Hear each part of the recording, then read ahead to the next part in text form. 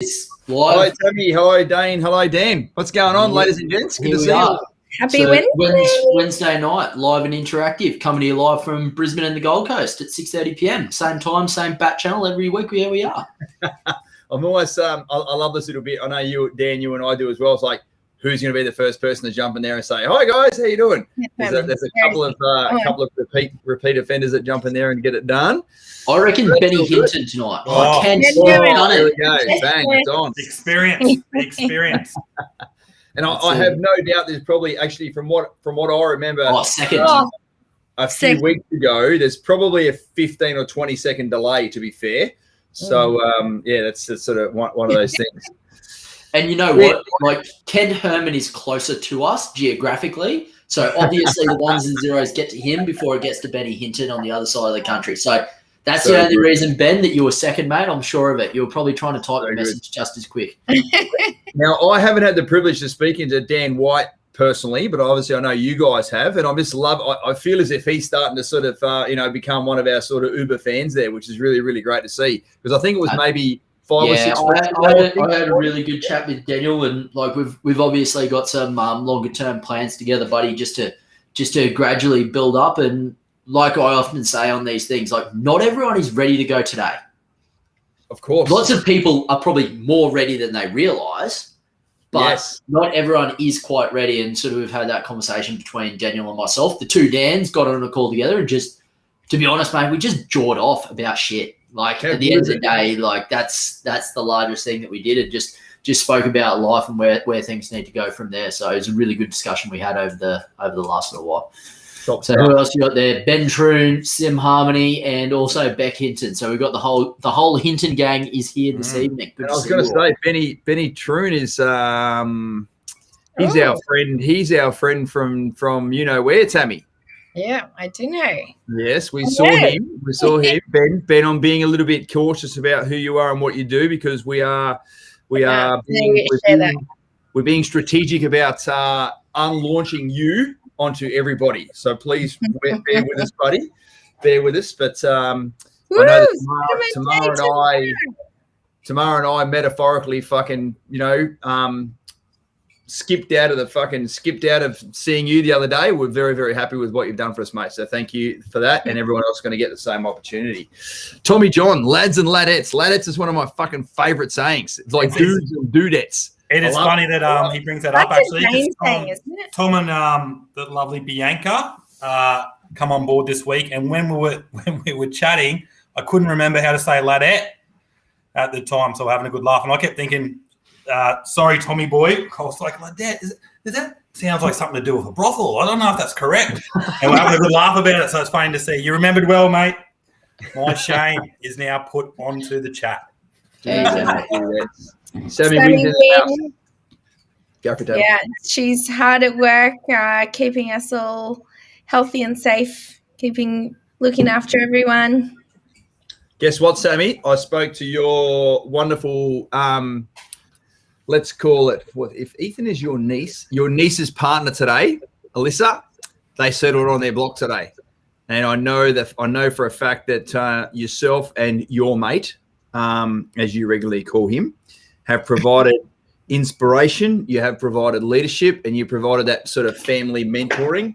And the fact that you guys have built your fucking amazing big banging 2-story house there using all the government grants that were available. Guess what? They're now 6 months behind you. They're settled on a block of land today. The lovely Alyssa was almost in bloody tears to me when she was talking on the phone.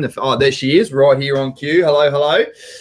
So yeah, it was so fantastic to speak to you on the phone. And what did I say to you, Alyssa? When we sort of finished the call, your happiness and the way you're feeling right now is the sole reason why Tamara and I even started this business in the first place. So yeah, you're going to have an amazing build. You two are going to have, a bloody banging 2-story property there, and your future self is going to fucking love you for it. So, yeah, congrats again, guys. Congrats again. Right, what else is going on? Dan, do you want to start us off today? Because I felt like last week, for some reason, Dane and I just bloody spoke for 5 or 6 minutes, and then I had to bring you into the call. I want to repay the favour tonight, mate, and go over to you, champion. What's been going on in your world this week? Well, as always, my first round to the entire audience is always to say, if you have a question, type it in there. if you're thinking about something, it's highly likely there's 10 other people who are watching at the moment who actually want the answer to that question as well. The more value you're going to get out of tonight's session is brought to you by the amount of questions that you guys ask as well. So if there's anything at the forefront of your mind, go ahead, type it in the chat. Even if there's those creepers, and I spoke to 2 of you creepers, i.e. the people who have been watching us for a very, very long time. Never type a message. Never let us know you're here, any of that stuff. I spoke to 2 of you guys over the last week. Make sure you pop your chat in there as well. So good. My last week, like, I just been talking to people, like genuinely just the only thing I feel like I've done is just been on the phone or been on Zoom calls with clients, whether they be those clients that are on a bit of a longer term savings plan. And they've had a change in their circumstances, that, albeit like a move to the other side of the country, as is the journey when it comes to the military life. So those types of things sort of reset plans to be able to be like, okay, well, maybe we need to pivot on the plan here to support you, not just buying your own home, but maybe you're buying a investment property now, for example. So a few of those conversations, and I tell you what, I've been speaking to just some absolute legend young families that are getting started. So they might have already bought a property before and they're just like, maybe we didn't get 100% results on that, and looking for a bit of guidance on the next one. Or they might just be right at the beginning of their journey and they're like, we've started the family, we've done our thing, now we need to have a house for us to sort of bring a family together into, and helping those guys get started in building their starting to build their investment. I love it. I wasn't ignoring you, mate. I was just looking at my calendar. Since last Wednesday night, I've had 9 Zoom client calls doing exactly the same thing. Yeah. Some are repeat clients that want to buy another property. Some are clients I met fucking 2 years ago that haven't even started yet. Like, and everything in between. Had a couple of people accepted into our long-term coaching program. Had a young guy who had his heart set on investing in a certain area. That area is no longer tenable from a property availability perspective. I'm like, hey, bro, let's switch targets over here. This is the dynamics. This is what it's all about. And because he's buying his second property with us, he understands the process. He's like, all right, I'll just get that one instead.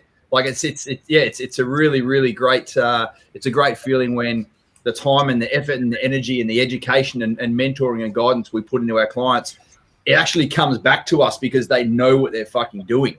It's not just they're on receive all the time. They've got to actually interact with us.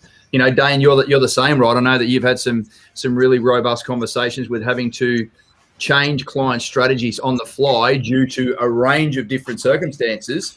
And no one's ever shit scared. No one's ever concerned. It's just the fact that they know that you've got their back and there's a plan in place. It's fluid. We update it all the time. It's a live document and we roll with the punches and we focus on the end state. Just give us a bit of an insight into some of that stuff you've been doing, mate. I guess I always try and just relate it back to the goals, man. Everyone has goals, right? Even though we have the fundamental elements, everyone is different. What they're trying to achieve is different. So I guess as long as the actions and everything that we're doing is accumulating to making sure we achieve those goals, we need to be fluid because it's not the environment where we can go, well, this is a stringent this and we're just going to do this and this. Because if the environment doesn't allow that, then we need to be fluid. I guess by sitting down and going through and planning, that's what I'm saying. Like, look, man, property is about opportunity. Let's just be honest. Like, in the end, if it's a good property, we're not the only people looking for it. Oh, yeah. Right? So we need to make sure that we're there and we're ready to secure it, and we need to be fluid. But that doesn't take away from what the big picture is and people saying, hey, man, I want to be able to pass stuff down to my kids. I want to make sure that when I retire, I've got a roof over my head and I've got something over to the side and it's just my super. That is still very relevant. But when we come down to the micro, I guess, asset management, where we're the professionals in, we need to be fluid. We need to make sure that we are there and able to jump on that opportunity because they just don't last. I spoke to someone today. You'll love this, Robbie. And I'm like, oh, what are you expecting, sort of for a house and land? They're like, oh, but 350. Around 350, I was like, fuck, man, I would love to jump in the time machine and go back to the 80s as well. But the fact is, we're not going to be able to do that, brother. Well, you can. It's fucking out the back of Bathurst. Out the back, fucking, yeah. And it's about 35 years old. And there's a reason why, and it'll be still 350 in another 10 years' time. So, absolutely, man, absolutely. Yeah, we got a question there, actually. Who's first up? We got a couple. Tammy, can I throw this one to you? Sure. because I know you love the fact of helping our young defence members, and you rave about it all the time, and you just like it fucking just lights your fire when someone so young is able to get started so quickly. Chrissy J said, "Hey, how far into a defence career would be a good time to start investing? 1 month, 1 year? What do you reckon, Tam? Let's go around the room." Well, in terms of their entitlements, obviously that would take a bit longer to use. So, but in terms of what would be a good time to start, would definitely be 1 month, like as soon as possible, because the first step is always getting your plan in place. So sitting with a coach, mapping out what your future goals are, mapping out what it is to get started. So if you know that your savings goal is here and you're only here, you're going to start pushing towards getting to that goal. Whereas if you just sit on that and just wait, and like you might be ready now and not know it, or you might not have the actual targets in the sand that you are going for. So I think the earlier the better, having a plan in place.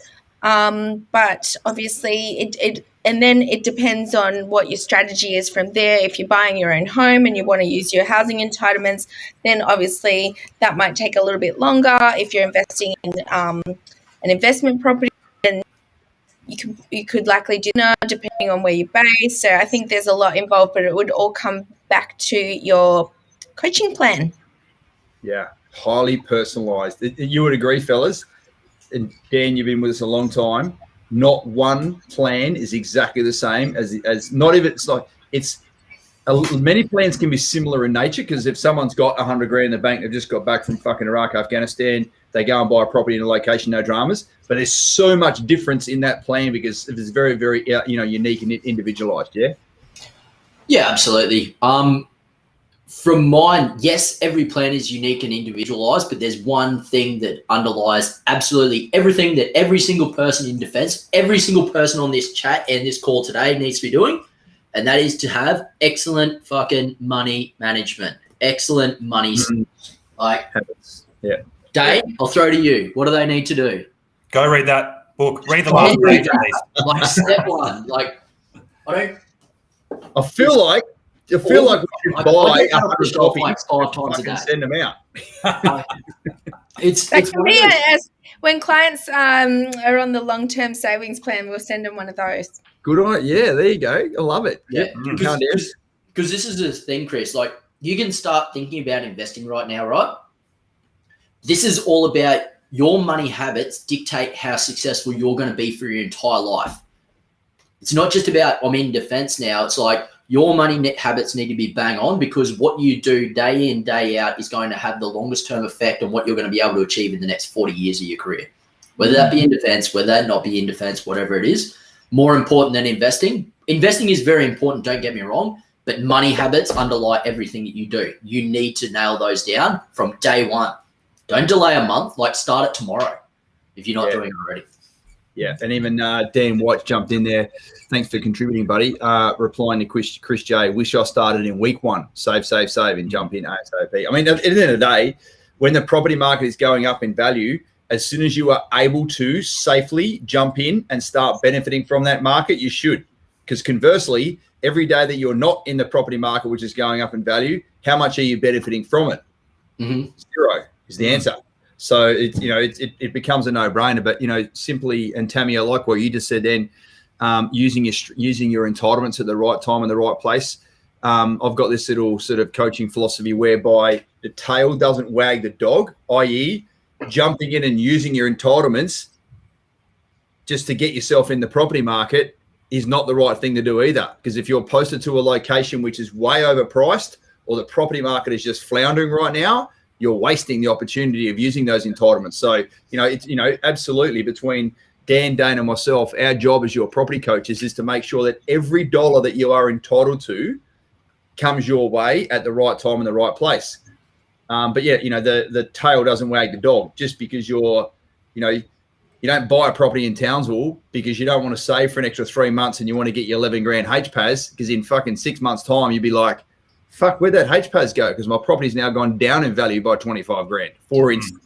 So it's really, really critical that you money mindset, habits, putting a plan in place and using your entitlements, you know, it all needs to be done in a very sort of synchronized, dare I say it, military style fashion. Go for it, Tam. Sorry. I think another thing is just also like even just being on this call, this live is important, but educating yourself. Like there's so many that, you know, even myself, I listen to my very best intention from my dad to get started in my property up in Cairns, which sold. Yes. Yeah, sold this week. Numbers around that. How much did you buy it for? No, this is raw and real. This is the fucking point of what we're talking about. Sorry, babe, I'm not telling you. I'm not making it. My very dear dad, he really pushed me, you know, you've got your first homeowners grant, you need to buy your first home and live in it. And I was living up in Cairns. Housing was pretty cheap up there. So, like, especially coming from Sydney, like you can't afford what I was able to get up there for what I did. So I bought a 2-story townhouse in Cairns in a lovely suburb called Edge Hill, which is like very trendy, very nice. It's an older property. I bought it for $185,000. I bought it about 12 years ago, maybe a bit longer, 13.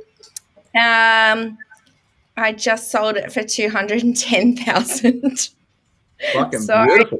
What's that? 30 grand capital growth in 12 years. 25, is it? Well, when you take off 5 grand agents commission, you're gonna work. You know, you're gonna walk. You know, yeah. So it's better than losing 35. Put it that way.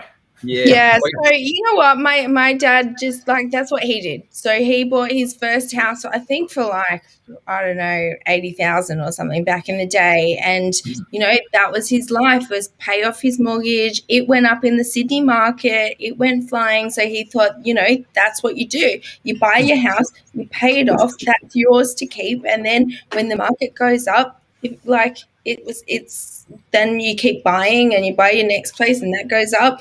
And he was fortunate to be in that Sydney market that was rising.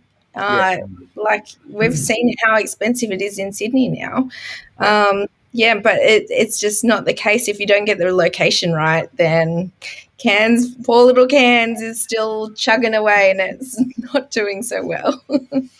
It just doesn't, you know, it's probably got 3 out of the 7 ingredients to a healthy property market, and that's just the way it is. So, yeah, it is. I am glad that you've got that under your belt, babe, and we can now. It's just like even though the rent was paying for the mortgage and like it was just sitting there, it was a self positive actually. Like positive for a couple $100, but then when you take it off, like it was just sitting there doing nothing. I'm like, let's just fuck it off, because if it hasn't gone up in 12 years' time, like Dane, this is what I taught you. Do you remember this about 6 months ago or so?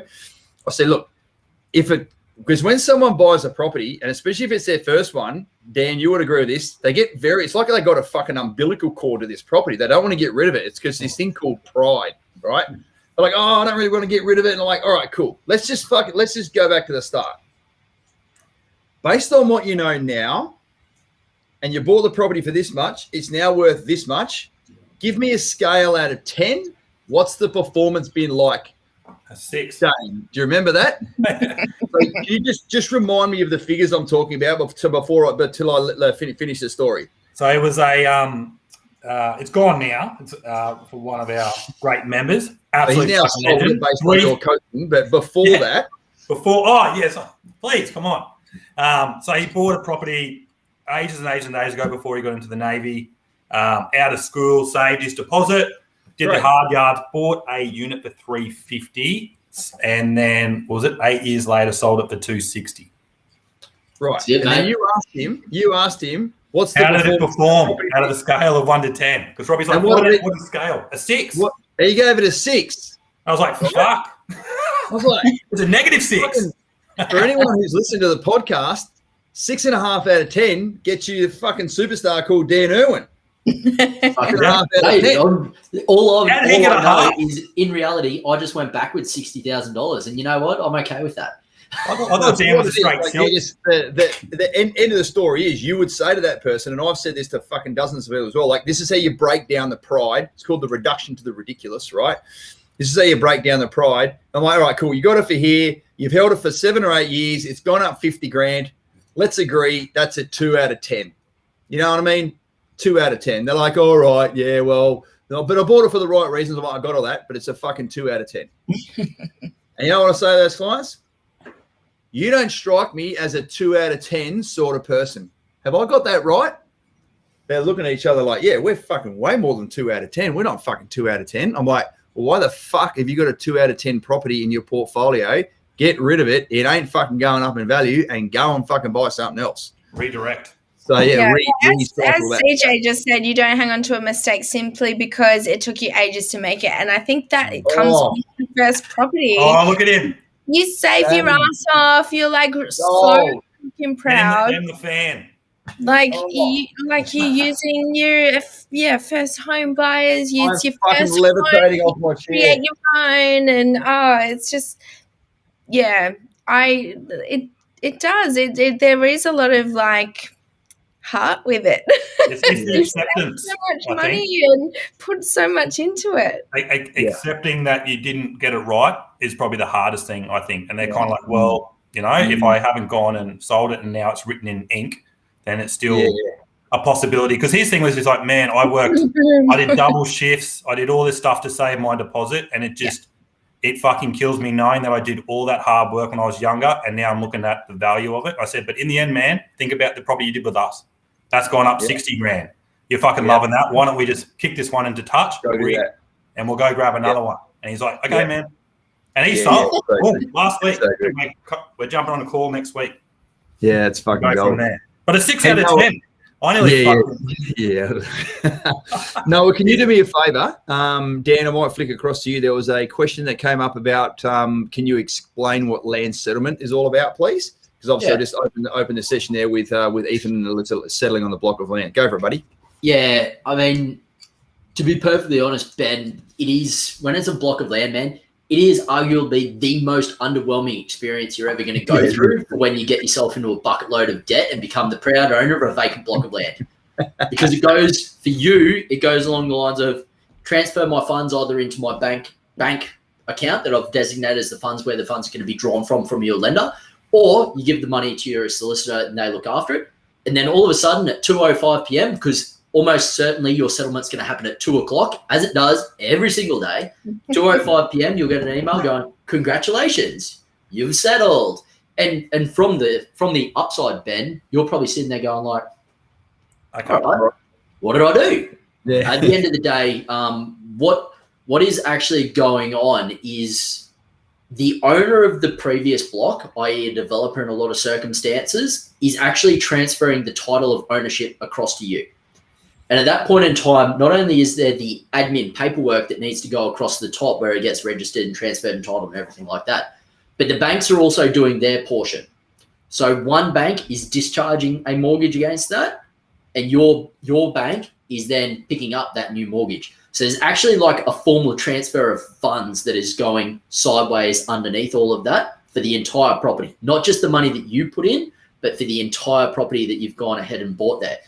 So back in the day, before there was this wonderful system called PEXA, it used to literally be like people walking into a room and like handing people checks, like hand-drawn checks from the bank would be walked in and be like, I've now got your $200,000, I've got your $300,000. And they'd literally like pass it over to the other solicitor, and the other person would like walk away to basically go and cash that check. Fortunately, now with the electronic systems that are in place, that shit just all happens like magic. It's like the ones and zeros just go back and forward. It all gets done. Your solicitor schedules all that stuff. The banks become a participant in that, and they basically just make it all happen electronically and virtually from that perspective. And it just all happens very seamlessly nowadays. Yeah. I don't know if you want more detail than that, Ben, but like basically money changes hands, titles change hands, solicitor looks after everything from that perspective. And also to talk about it when I'm going through my coaching is that I'm like, right, you're going to do the work with the solicitor. What does the solicitor do? I've said they do two things. They both start with C. No, not that one. One of them's contracts. The other one is conveyancing. So they convey the formal ownership of the land from the developer into your name. Convey, transfer, fucking whatever you want to call it. That's where the term conveyancing comes from. That's what the solicitor does for you. Well, Tammy, I think you just bloody learned something then. I did. There you go. I knew what a conveyancer was. I was like, no, that's my solicitor. And I was like, that's right. Conveyancer, same thing. Legal. That's why you have to pay your stamp and transfer duty to the government as a privilege of you now owning that block of land. Yep. So, but I guess, or as Ben Herman puts it, you now have the privilege of being able to mow your own block of land, and therefore you have the privilege of paying for it as well. So there you go. But the great thing that happens when you settle on a block of land is this. There's a small thing happening on the side called your build contract. And your build contract now becomes, enforceable / live. Your build contract's literally just sort of, flapping in the wind on the side there until you settle on the block of land. Because, just as a quick little reminder, and I got this completely wrong when I first started doing my land and build. I'm like, all right, I've got a land contract, I've got a build contract. I'm building a house. Surely the build contract matters more than what the land contract does. Superior subordinate, if I can use those terms. It's actually the other way around. The superior document is the land contract. That's what's got the finance clause in it, because you convey the ownership of the land from the previous person into your name, as Dan just, very well put then. But then once you settle on the block of land, guess what? That civil contract between you and the builder now becomes live and, enforceable. That's a good thing, that everything's going to happen. Now, the reason why you wanted to buy that land in the first place, Ben, is the fact you're going to build a fucking house on it.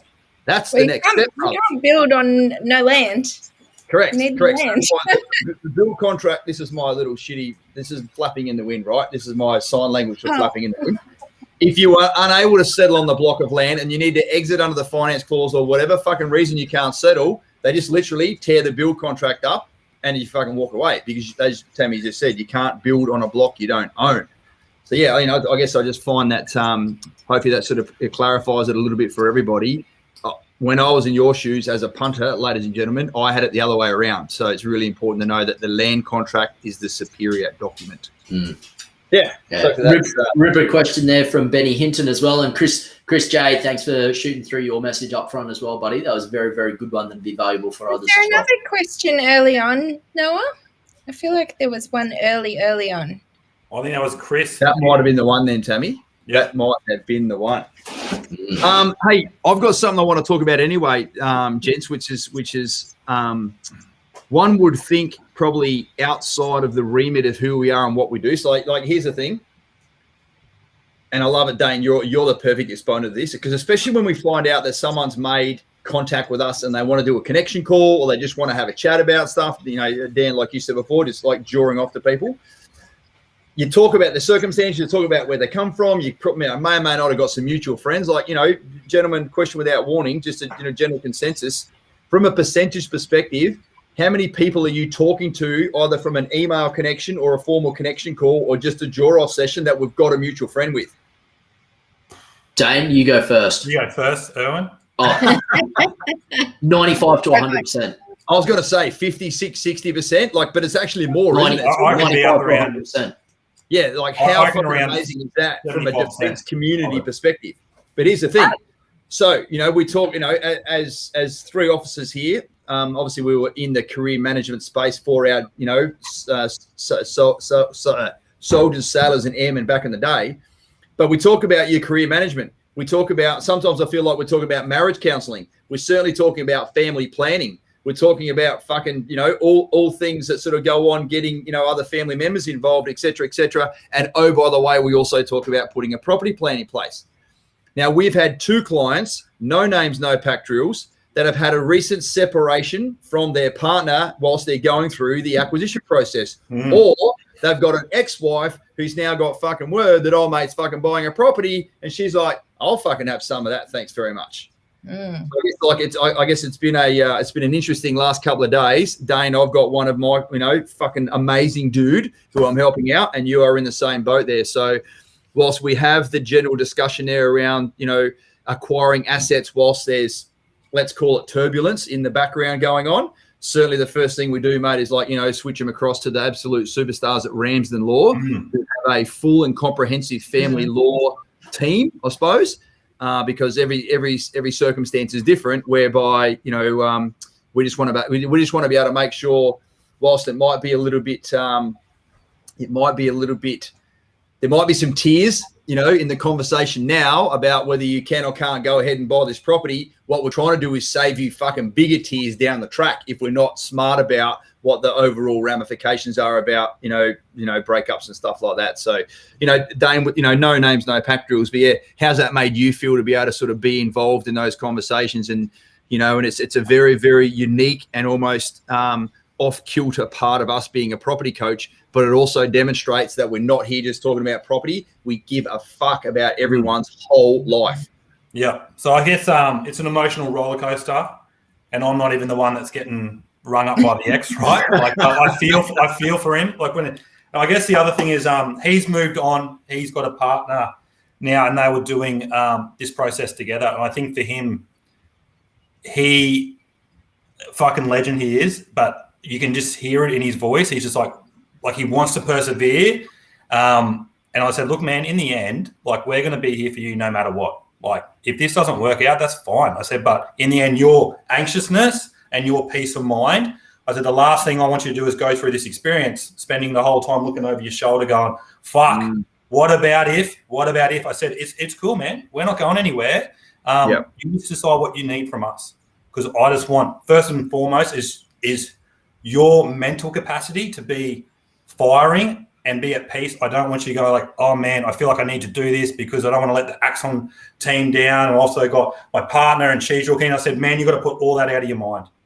I said, you need to let's just relax. This is the hurdle. Forget about all that other stuff. It's just over there, You'll get another property, man. I guarantee you that. I'll give you that one guarantee out of all this. I'll be there for you once this is said and done, and we'll work something out there. But it's taxing, I guess, in a way, because you feel for them. You feel for them. Because this is 3 years ago, right? And this hasn't reared its head. So, And I want to just say now, and I'm not involved in this, but I was very surprised. And ladies and gents, let me just reinforce, we're talking generics here, but this is a real life circumstance. So like fucking take it as wisdom that's occurring in someone else's life so you don't have to go through it as well. And I have very unfortunately, been through a fucking previous marriage before, back in the day. You'll hear more about that during season 3 of the podcast. I was shocked and surprised that when two people decide to separate and they are fucking legally divorced, that is separate from any financial settlement that they have done. And therefore, if either one of those two parties wants to go and then acquire another asset after they're divorced, if it hasn't had the financial settlement, all things are in play. I was like, that's fucking ridiculous. They're separate, like they're divorced. That doesn't, but there's a financial settlement and then there's the actual divorce. So that was news to me. My gut feel and my fucking, generic pub test, fucking sniff test, whatever you want to call it. I'm like, he'll be fine. They've been fucking divorced for 3 years. But the legal advice was apply safe, place a weapon down. Let's fucking do this financial settlement before you go ahead. So it was a really, really great job you did, Dane, that I saw there about, being that person and being that mentor and giving him that reassurance. But most importantly, putting him in touch with people that are going to protect him. So he had because you're right, Robbie. They're two different things, and that's sort of like, I'm not being a bush lawyer or anything like that. I'm like you, man. I went through it when I was younger. So, and I remember two things I remember from that experience. A lawyer saying to me, "The less you talk to me, Dane, the better." Yeah. And I was like, "Fuck, I'll take that to the bank. I'm not going to talk to you at all. I'm going to go work this out and then come back to you once I actually have an agreement." Because they used to say, work off 1/3 for you, 1/3 for the ex, 1/3 for the solicitors. And I was like, I don't want to be that person. And the other one is your financial settlement is actually, she said one other piece of advice she gave me is more important than your divorce. She said, because in the end, your divorce is just an application and off you go. You'll find a lot of people don't even get divorced. But it's the financial settlement, which is your division of assets, that allows you to move forward and keep growing, and you meet somebody else and go on and go for.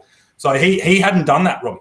So, and we're talking about a 25-year marriage, couple of kids, all this sort of stuff, and he's petrified of his superannuation, because he would have accumulated the lion's share of that throughout that time. So it's just having that. And he's like, man, I I don't know where my chips lay. And I said, well, man, that's fine, but you need to go do that. And he goes, oh, I got this lawyer, mate. Great. She's running off a Gmail account. You can't get any reviews on her. And I nearly vomited. I'm like, stop, man. I said, please just give me an hour. I'll come back. So I rang up Shay, the beloved Shay. I said, please, Shay, I don't want to run him up a bill, but what's something we can just get him some, just a second opinion. So she's like, I can broker 30 minutes. He can talk to the family law department. I'll get him to send a synopsis so they're not there wasting time on that. Get them to preload on that and give him 30 minutes, which he said to me, he goes, mate, it gave me great clarity that at the moment, I think I need to just do this. I'm like, yeah, man, that's great, because a lawyer working off a Gmail account, I was just like, what the fuck is going on? Dude, you're already a client of Williamson. Why don't we just... That's cringeworthy. Oh. Yeah, it is. It's so true. Even CJ, what you're saying, like destructive forces when they want to be. And like I'm in quite a few of the DVA forums and things like that, and even like settlements where they're taking pensions and payouts and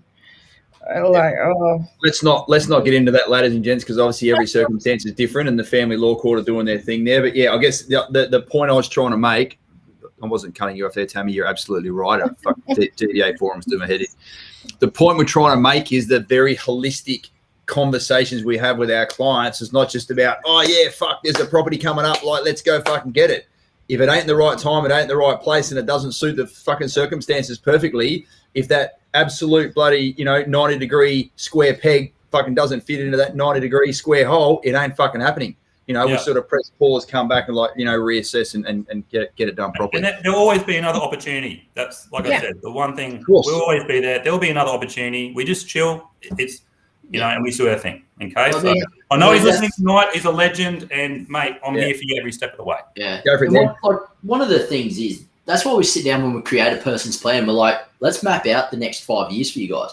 Because there's always going to be natural points in that time where it's optimal to go and buy properties.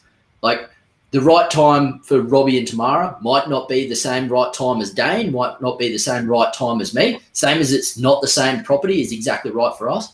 Every single person's timeline is different. And some people might be like, hey man, we're on our growing our family journey for that 4-year period. And guess what? That means you're probably not buying properties, more than likely, because most circumstances sort of prohibit that from that perspective.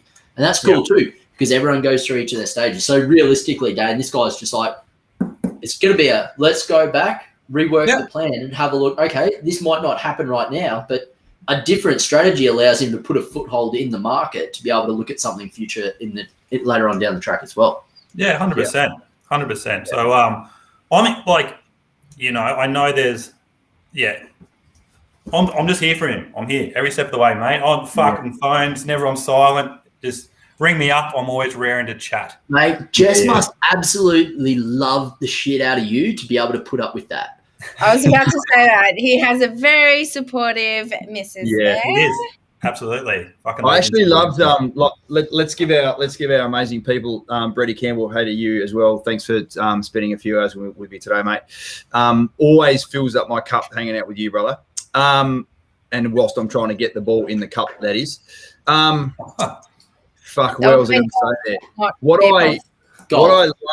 What I've loved really seeing you transition with Dane, because as you spent 6 months as a property specialist, and as everyone knows, when people are finished with the coach, strategy, timeline, finance, accountancy, fucking success package, etc., they get handballed across to the property specialist, and they are then on the acquisition cycle.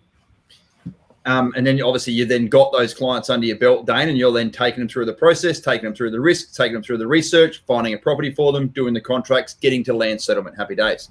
But as you've now seen, mate, in the coach's realm, and I guess you would agree in the first sort of 6 weeks, I suppose, in the coaching realm where you were talking to clients that weren't ready to go, you're like, where's my fix of fucking, moving these people through the bloody Axon process? Like, where is it? Like, where's my little slam dunks, as we call it? What I've loved seeing with you, mate, is that you're almost now thriving on the opportunity whereby if there are complex circumstances, if there are extended timelines, if there's like whatever going on, you're like, give it to me. I'll undertake that project because I want to mentor and coach and guide those people through from a longer period. So, mate, it's Dan, you would agree. Dane's really changed his mindset there, and he's just flourishing in that role.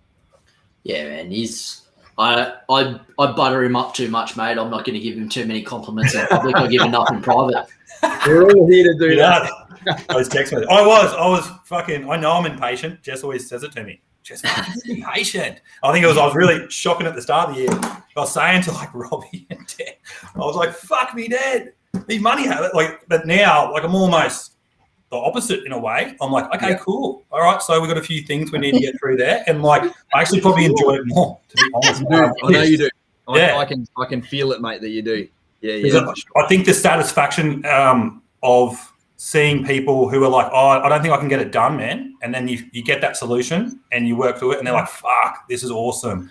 It is super gratifying, absolutely gratifying. So, man, send them my way. Yeah.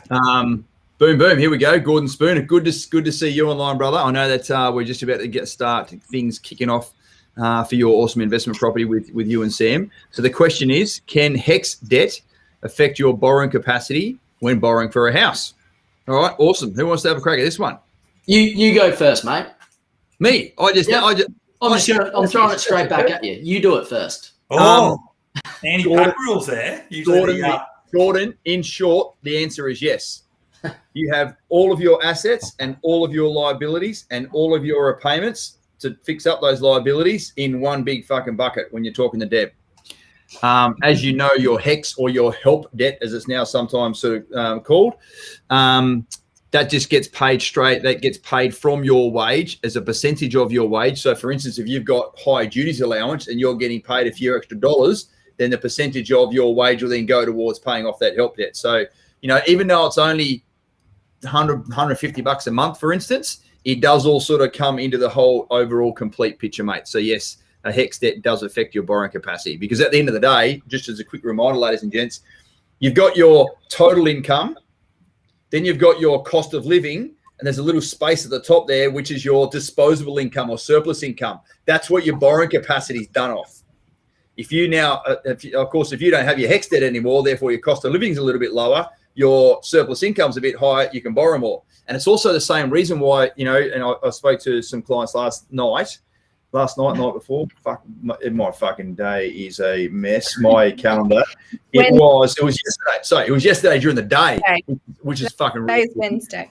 I spoke to for those that have listened to the podcast, that awesome guy Zach who asked me about how the business started, and it's got to do with Tinder. Go back and listen to everyone who's listened to the podcast. They're like, oh yeah, I remember Robbie talking about that. It was him. So him and his amazing wife Freya, they're going to come back around and basically rinse repeat.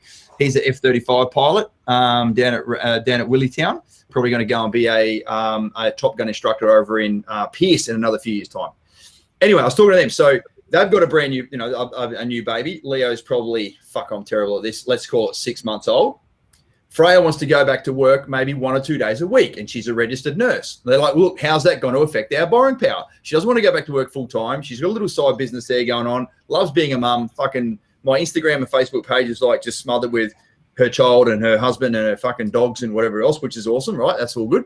But I said, look, here's the thing, Freya. Because Zach takes care of all of the living expenses on his 120, 130 grand a year as a bloody pilot, even if you go back to work 1 or 2 days a week, it's going to be cream on the top straight away.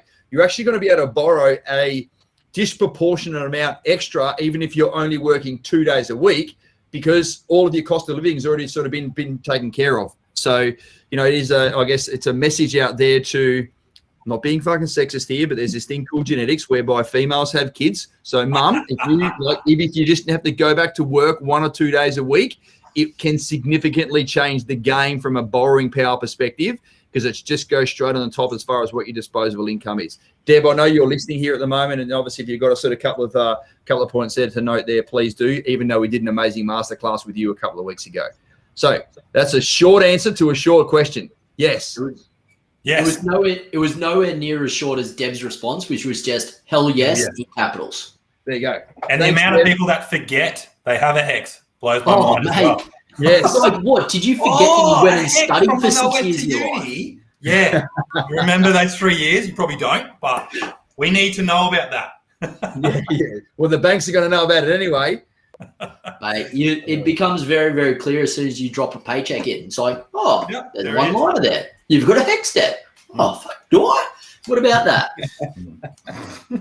Oh, funny stuff. Absolutely. What else is going on, gents? We've got people are Sorry, Tam, go again. Bad comms. Go for it, mate. Am I back? Yeah. When I set up payroll for our staff, that's one of the things on your tax forms is do you have a hex debt? And the ATO know already. They sort it all out. It's all so automated now. You can't get around it. Like, it's going to come out of your pay, so it's on your pay. Yep. Hey, Deb, can you do me a favor, please? Sorry, Tam, you got like a little 3 or 4 second delay there. You're bouncing in and out. Deb, can you please tap in the chat box there what that term was that you called a few weeks ago? Something like consolidated reporting or consolidated bloody assessment, where basically all the banks have got a back channel, live feed there, whereby no matter what institution you're with, if you've got a credit facility anywhere in the country, they know straight away. Benny Hansel's going to give us a little chow there. Good to see you, brother. Mate, next time you're doing a fucking flyby, please give me more than like 10 minutes notice. I was driving my car back from fucking physio the other day. He's like, hey, man, where are you? I'm like, stopped at the lights, Mr. Policeman. Fucking pulled over, in fact, Mr. Policeman. Keys, car turned off. Yeah. So you're on your passenger seat. Back. And he's like, we'll be doing a time on target flyby at your place in 6 minutes. I'm like, I'm not even there, bro. Fucking, did you not know you were coming yesterday? Like, I want everyone to be out there on the fucking balcony to say hi to you, but we do need a little bit more warning, please. A little bit more warning. Benny Hansen and I have a Facebook Messenger chat going that is pretty much like, I send him a message on his birthday and I'm like, here's your annual birthday message. Happy birthday, mate. And that's the end of it. That's the end of our chat. Just like till next year. Yeah. Keeping there you go. Thank you so much, Deb. Comprehensive credit reporting. Awesome. So that's what it is. There is nowhere to hide, ladies and gentlemen. I say this all the time, but it's fuck. Let me tell this story quickly. Deb nearly had to pull her hair out last week getting a client's finance application over the line. Dan, a very good friend of yours and mine. I don't want to own up to that, mate. Who's buying his third property with us, and he's got an amazing big kick-ass property down in Melbourne as well. Intergenerational wealth right there and then, ladies and gents. He wrote down on his form from a cost of living perspective, say he spends $2,500 a month, whatever it was, about that, on all of his food, groceries, fucking living expenses. Now, when this comprehensive credit reporting bloody thing came back and they looked at all of his different sort of statements there, Audi, IGA, Woolworths, fucking Coles, whatever else, and he's actually fucking spent $4,500 a month on his living expenses. And when Deb gave him the big, hey, buggerlugs, WTF, you fucking put $2,500. It's actually what I can see on all of your bank statements, $4,500. $2,000 a month is a fucking massive difference when it comes to trying to service a loan. What the fuck's going on? Do you know what he said? Oh, Deb, I've got to contribute to the local economy around here. I was like, fucking picked up my fucking jaw. I'm like, fucking wrong answer, champion. Savings plan now. Savings plan. Yeah, well. Get your money habits back in order. Yeah. It's like, I don't know. I guess it's something that we as coaches need to be, I think, emphasize more. And we use forums like this. As soon as you are like 3 months out from even starting to get your finance approved, you are fucking squeaky clean with everything.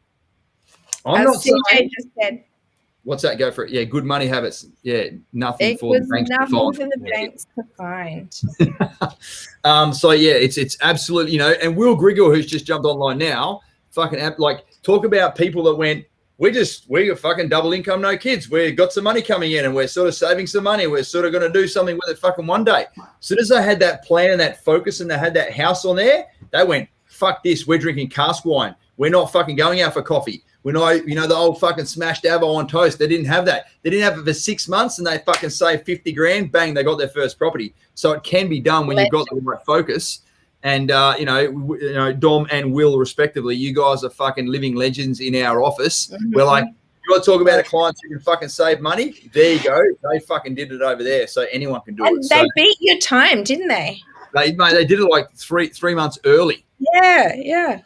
And We're I think so they're proud still of you drinking guys. cask wine because they got used to it.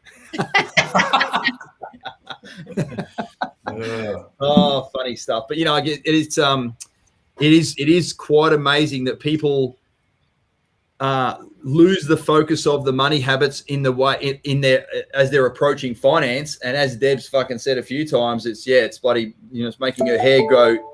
Sorry, Deb, even grayer. But it just makes her job so much fucking harder. And people are like, oh, how come I don't have a fucking loan approved? I'm like, we're trying to unfuck your spending habits, mate, because what you put on your form actually fucking is not what's going on. So we need to be really, really squeaky clean before we get to that point. Right, there we go. Actually, oh my God, we're dead. Well, Will did have a question there at the end of his statement there's a real comprehensive answer to that, Will, on last week's session. I think Dan rode that horse for 15 minutes almost. Dan, you want to give a quick synopsis on it again? Going to super speed infrastructure plan, will it make our investment property gain equity faster? Should we invest in Brizzy? Like at the end of the day, man, fundamentals always go back to supply versus demand. Yep. You're about to have 11 years of people who are focused on Brisbane and will have a high level of confidence in the market in and around Brisbane. And sure, you're going to get your infrastructure, your education, your medical, your retail, transport. Remember, the fourth one is always transport. And that's the biggest one for me. If you've got great transport connectivity, which is what is going to be required for the Olympics to be able to allow people to move around the city rapidly in large numbers, then certainly I think we're going to be in that position, least of which, even after the Olympics, and you've just had all of Southeast Queensland in its majestic beauty, the big brown snake, as well as the beaches to the north and south of it.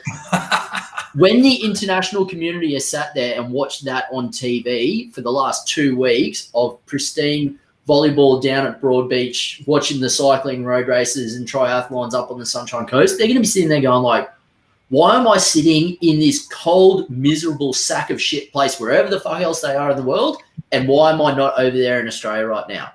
And you're going to have a lot of international migration happening again. You're going to have all the people from down south moving back up to Queensland again. Same as what we've just seen for the last 6 to 12 months of people moving from down south, and what you're about to see into the future of when the borders reopen again after COVID, when you see the huge amount of people who are extremely wealthy around the world trying to get their butts to Australia because we've had the best conditions anywhere around the world through COVID. Actually, they just went through the rental vacancies for surrounds as well. Gold Coast and Sunny Coast are still at 0.3% rental vacancy. 0.3%. Crazy. I'm just still going out there with my clients at the moment. If I've got a client in one of our areas that's really high demanding, I'm like, I don't even know what the rent's going to go for, but let's just add $10 a week onto the last person who got it rented. And you know what? They're still renting the properties, and the price is going up like $10 a week every week. Dan's driving it up. More than that. Yeah. Just keep shoveling that bad boy up. So, Will, to answer your last question, should we invest again sooner in Brizzy?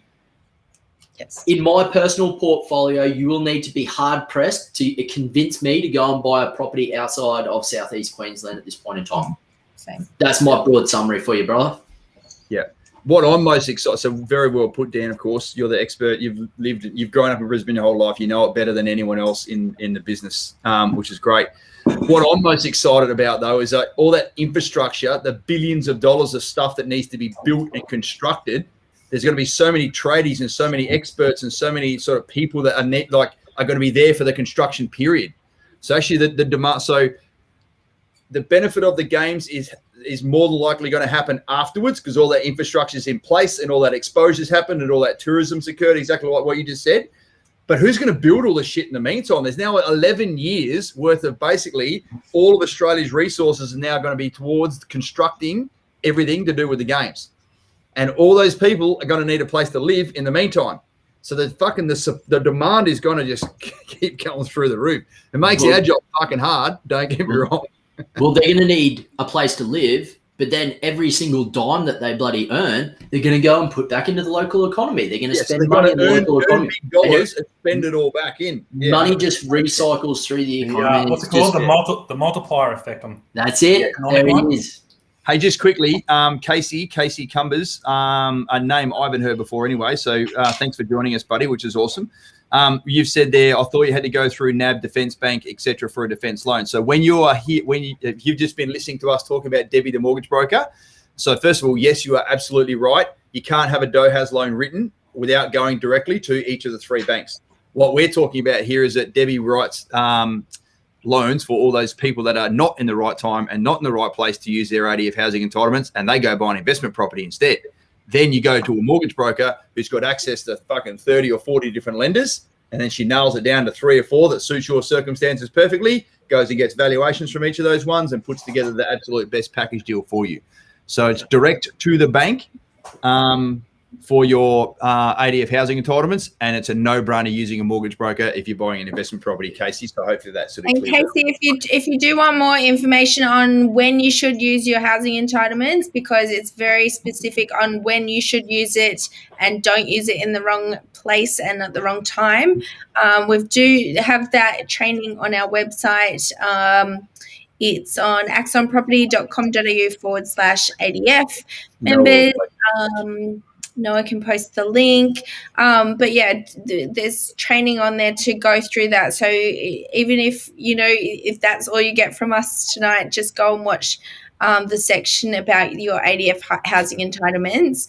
And yeah, it's all free information there for you.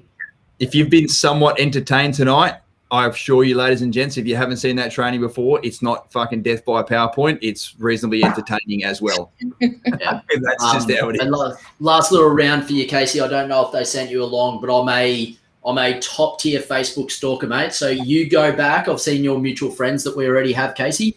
Go back and speak to your mates Zach and Freya about what Axon does and how we help people out, and they'll be able to give you an even better insight as well, mate, as to how the whole system works and how fucking amazing Deb is. That's what I was just talking about. I spoke to them yesterday morning. There you go. We're in fucking the circle is fucking closing right there in front of us. 95%. Like a good Facebook, I still get blown away by how you work out who's connected to who and who knows who. Like someone you worked with 5 years ago, went to school with someone you're working with now, and I was speaking to a person that did surf lifesaving with my little sister this afternoon, I'll have you know. Well, but Will and I... Yeah, go for it, Sam. Is it Will? Yeah, used to work with Will up at the bloody... we worked together at the Shangri-La.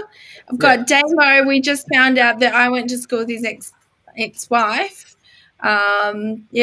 Just so many, all these random connections that you find out on Facebook, and you're like, how do you know each other? But you know what? It goes 2 ways. Like, we want the person who's reaching out to us for the first time to feel good about the fact that someone that they know, probably they've known longer than us, has already gone through the Axon process, so they can go and talk about us behind our backs as much as they want. Because at the end of the day, I can't talk about Axon in the same way as what one of our clients does, right? That's just one of those things. But we also do our own dickhead check on the back end. Like, we have a no dickhead policy in this business. I got it from the All Blacks, right? There's strict no dickheads. We don't have any dickheads at work here, and we don't want to work with someone who's going to be a pain in the ass. If someone's not coachable, if they think they know better, if they're not open to working with a team to actually give them a better result, we're not for you. This is not the thing. So we actually do our own little check on the background going, hey, someone's made contact with us. You're a mutual friend. Is he or she, are they fair income, or are they a tie kicker or whatever? Because at the end of the day, ladies and gents, the one commodity we've all got the same amount of is not money. It's time. And if someone's going to waste our time, I'll just fucking cut them away before we even get there, because we just, we don't have to talk to people that don't want to follow the Axon way. But you're right, Tam. It all starts with watching that training and get your head in the game from an education perspective. Righto, what a fucking great session. I see a couple of new names there in the chat box. Debbie, thank you for your amazing contributions, especially with the OMG. I'm not really sure what that means, but I think I'll hear about it later. That was when you said she was getting grayer hair, mate. Oh, I know what it was, buddy. I'm just reaffirming to you that you're in the shit. You're in the shit. Mate, And I'm not For saying anyone who's married knows that I'm in the shit always. It's just the depth that varies. All right. See you all next week. Same bat time, same bat channel. Thank you, Noah. Great job on the back end. Well done, Tammy. Well done, Dane. Well done, Dan. See you all later. See ya. Bye. Yankee. Oh, that's gold.